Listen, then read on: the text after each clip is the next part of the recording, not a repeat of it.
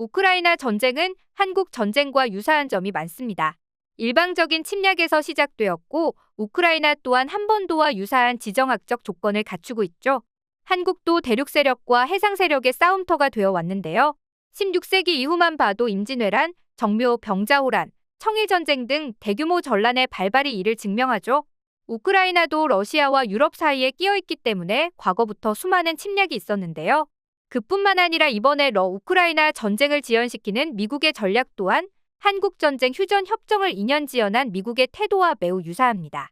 그래서일까요? 우크라이나에서는 대한민국의 역사에 대해 조명하는 방송을 대대적으로 방영했는데요.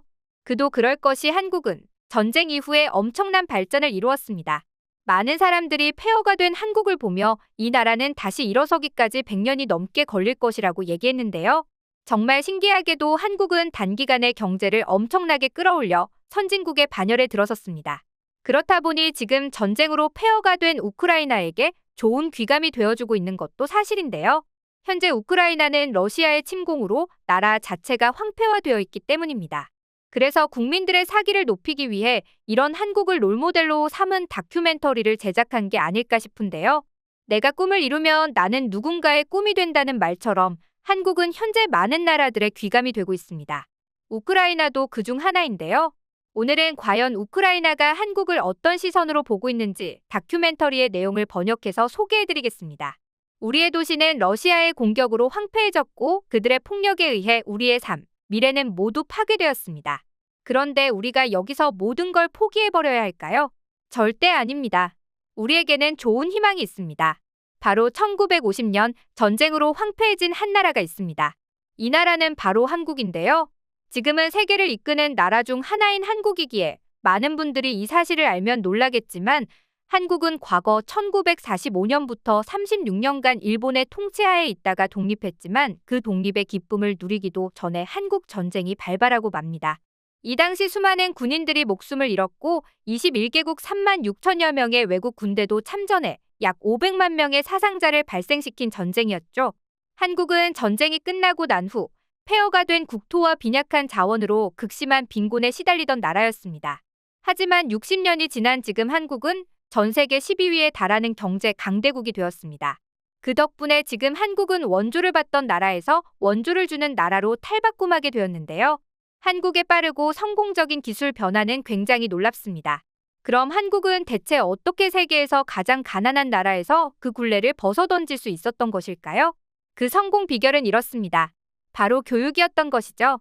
시설과 인프라를 재건하는 것도 중요하지만 한국은 교육이라는 똑똑한 선택을 한 것입니다.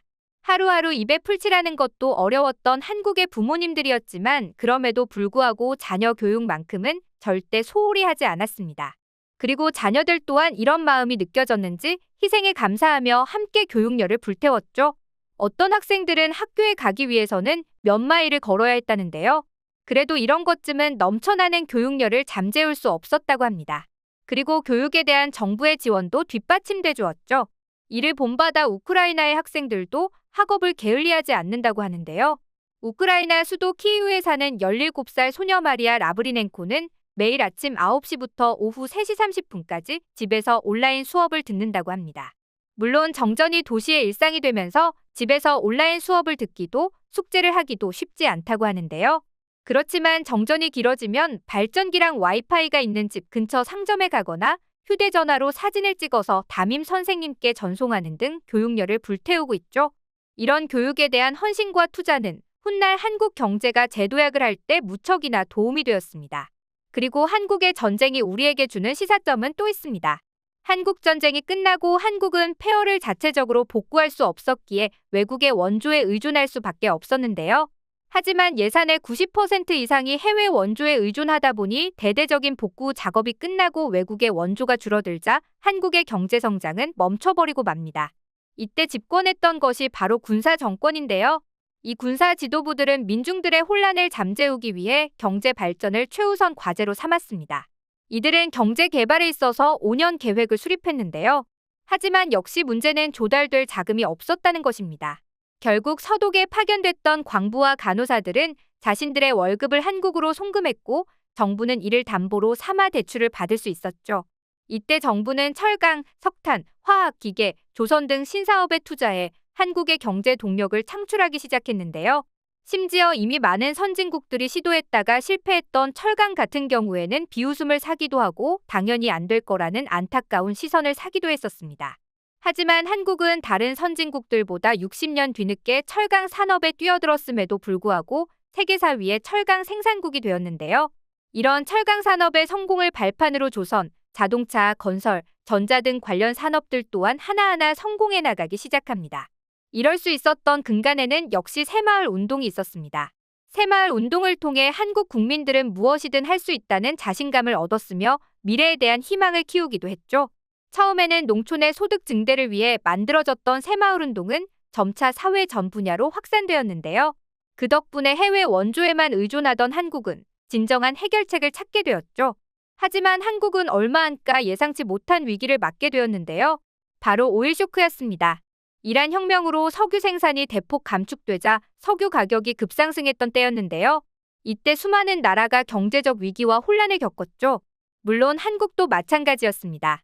그런데 한국은 투자를 줄인 다른 나라들과는 달리 철강, 석유화학, 기계, 조선 산업에 집중적으로 투자하기 시작했는데요. 한국의 전략은 적중하고 말았습니다. 이때를 기점으로 1인당 국민소득은 급격히 치솟았고 한국의 경제는 더욱 발전하기 시작했죠. 이 모든 게 33년 만에 이뤄집니다.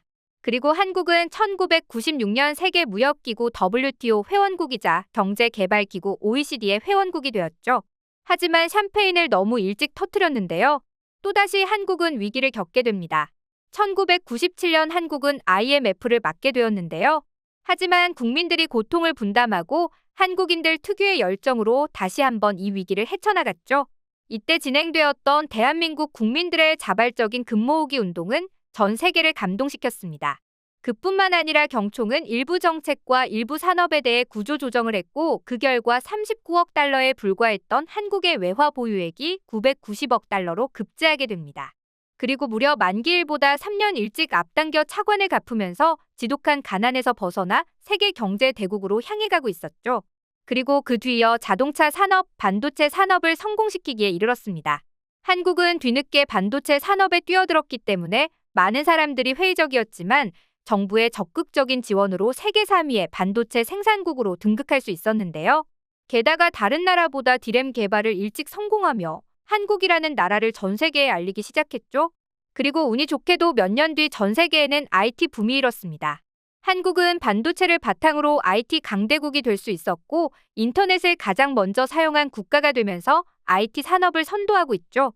그리고 이것에 대한 연장선으로 이제 한국은 드라마와 영화와 같은 컨텐츠 강국이 되면서 전 세계의 트렌드를 꽉 잡고 있습니다. 한국의 이런 노하우들은 많은 나라의 벤치마킹 대상이 되고 있는데요. 우리에게 한 줄기 희망과 같은 한국. 이제는 우리가 한국을 뒤이어 할 수 있다는 것을 보여줄 차례입니다. 다큐멘터리는 여기까지였는데요. 맞습니다. 한국의 엄청난 성장은 그냥 주어진 것이 아닙니다. 빈곤에서 벗어나기 위한 처절한 몸부림과 어떤 어려움 속에서도 포기하지 않는 노력이 있었기에 가능한 일이었다는 것을 느끼며 오늘의 영상 마치겠습니다.